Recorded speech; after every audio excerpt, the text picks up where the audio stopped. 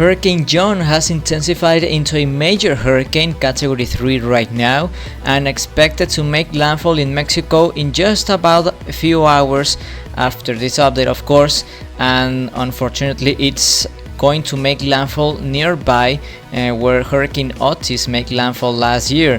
Unfortunately, it's a really dangerous storm, quite intense as well. And unfortunately the forecasts again missed about this rapid intensification trend of this storm. So well, let's see what happens, but of course this is a really dangerous situation, category 3 major hurricane, and expected to still intensify until making landfall in the next hours of today or possibly in the early hours of tomorrow. And the storm has been moving to the north-northwest instead of the east that was previously expected, so of course John has been a really difficult storm to track and predict, as well as you can see. Currently positioned at 16.1 degrees north, 98.6 degrees west, and still moving ashore, well, about to move ashore in Mexico in the state of Guerrero. Right now it has a wind speed sustained of 120 miles per hour estimated and a pressure of 962 millibars, moving to the north-northwest approximately at 6 miles per hour, quite slow as well.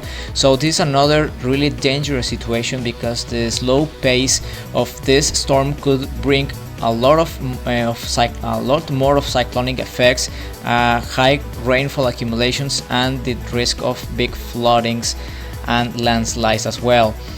This is the update latest at 20 hours local time in Acapulco, Mexico, which is 2 hours local time in the Universal Central Time on September the 23rd today in Mexico 2024.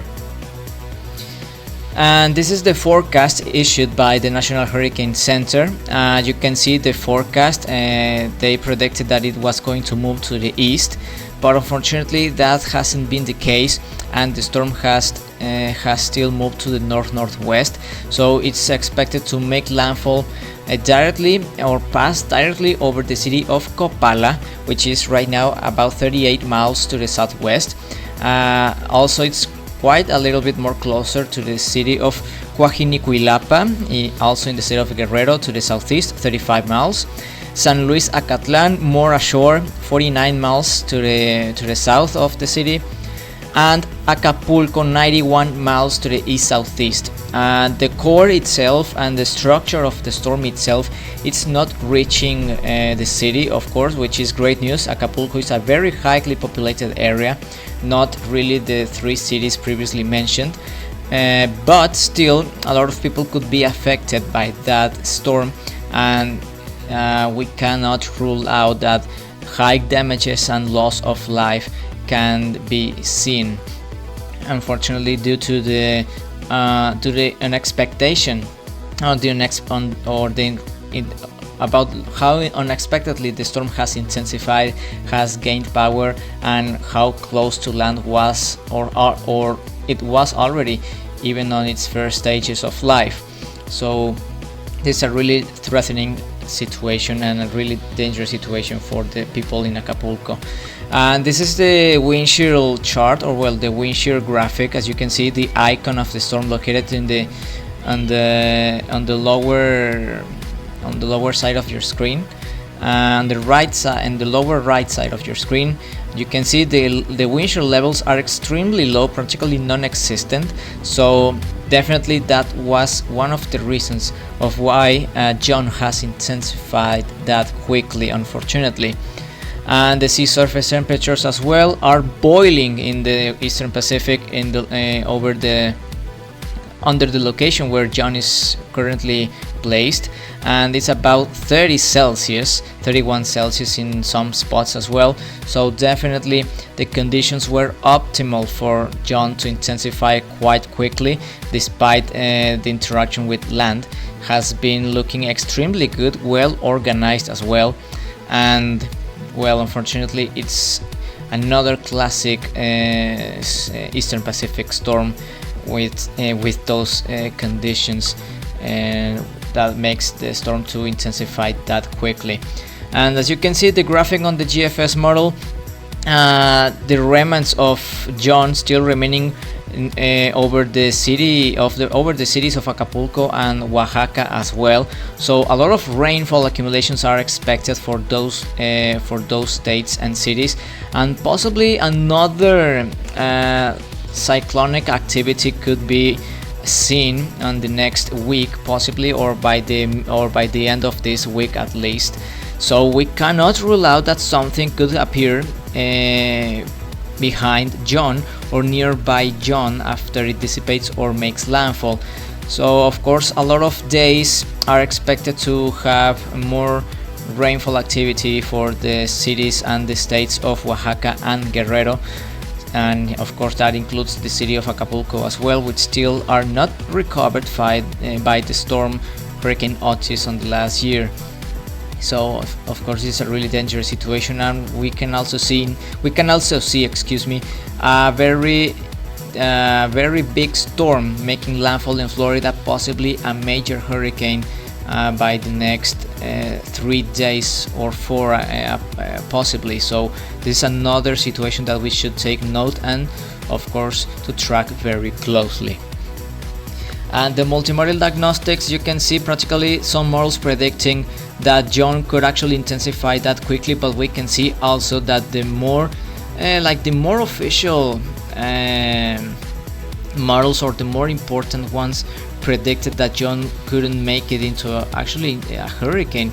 So this is a really concerning about how the error margin is of this forecast, and how even that there are many examples in the past with the conditions appearing completely favorable and particularly extremely good for cyclones to intensify that quickly, still we are having those kind of margin or error margins of the prediction. So this is something that we should take note, because it's getting more common that those storms are intensifying that quickly and getting more difficult to predict, of course, with the conditions that are now in the Pacific that were absolutely fantastic for John to intensify that quickly. And the wind shear levels extremely low, practically non-existent.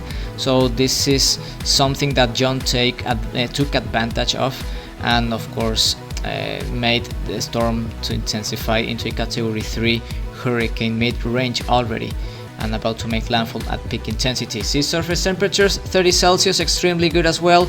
Humidity, it's decent, not bad, but also not that extremely favorable, but still not really affecting John. There's practically low signs of dry air intrusion, so really there's nothing that John was impeded to intensify that quickly. 65 to 70% of humidity, quite moderate range, but still good for John to intensify that quickly, as has been doing during today on that day. And this is the cyclatimetry that you can see on 413's website. Practically you can see the evolution of the aspect and the structure itself of John. Completely amazing how John has improved during the last hours, which of course prompted our estimates into a category 3 major hurricane so far. So of course this is a really dangerous situation. Hopefully the people are quite good prepared and receiving the storm with all the tools they need to at least survive this storm. So let's see what happens, because of course this is something that is going to be a pure nightmare for the people nearby those cities in the state of Acapulco, and as well, in the states of Guerrero and the state of Oaxaca as well, which is getting also affected by the storm. So this is the update of Hurricane John. Please stay tuned with more content here in our YouTube channel and our social media, because we are having potential tropical cyclone 9 in the Atlantic Ocean, which is expected to become a significant hurricane making landfall in Florida by the end of this week. So please stay tuned, because we are going to have more activity in the tropics. That's all for today's update. Become an Ultimate Fan today.